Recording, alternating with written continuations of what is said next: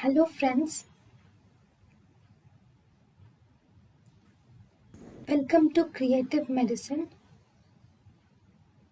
In this lecture, we will learn about Now, treatment of gastroesophageal reflux disease.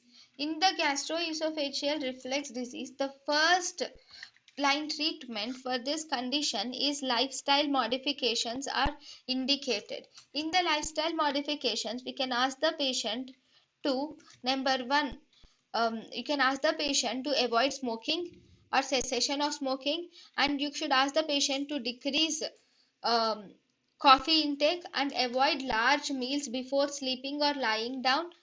So these are the lifestyle modifications which are indicated for gastroesophageal reflux disease.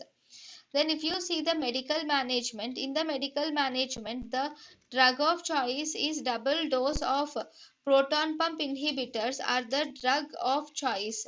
And one important thing is these proton pump inhibitors are effective in healing the esophageal ulcerations also.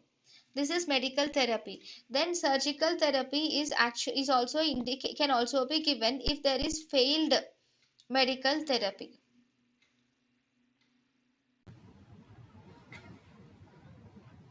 thank you and thank you for watching.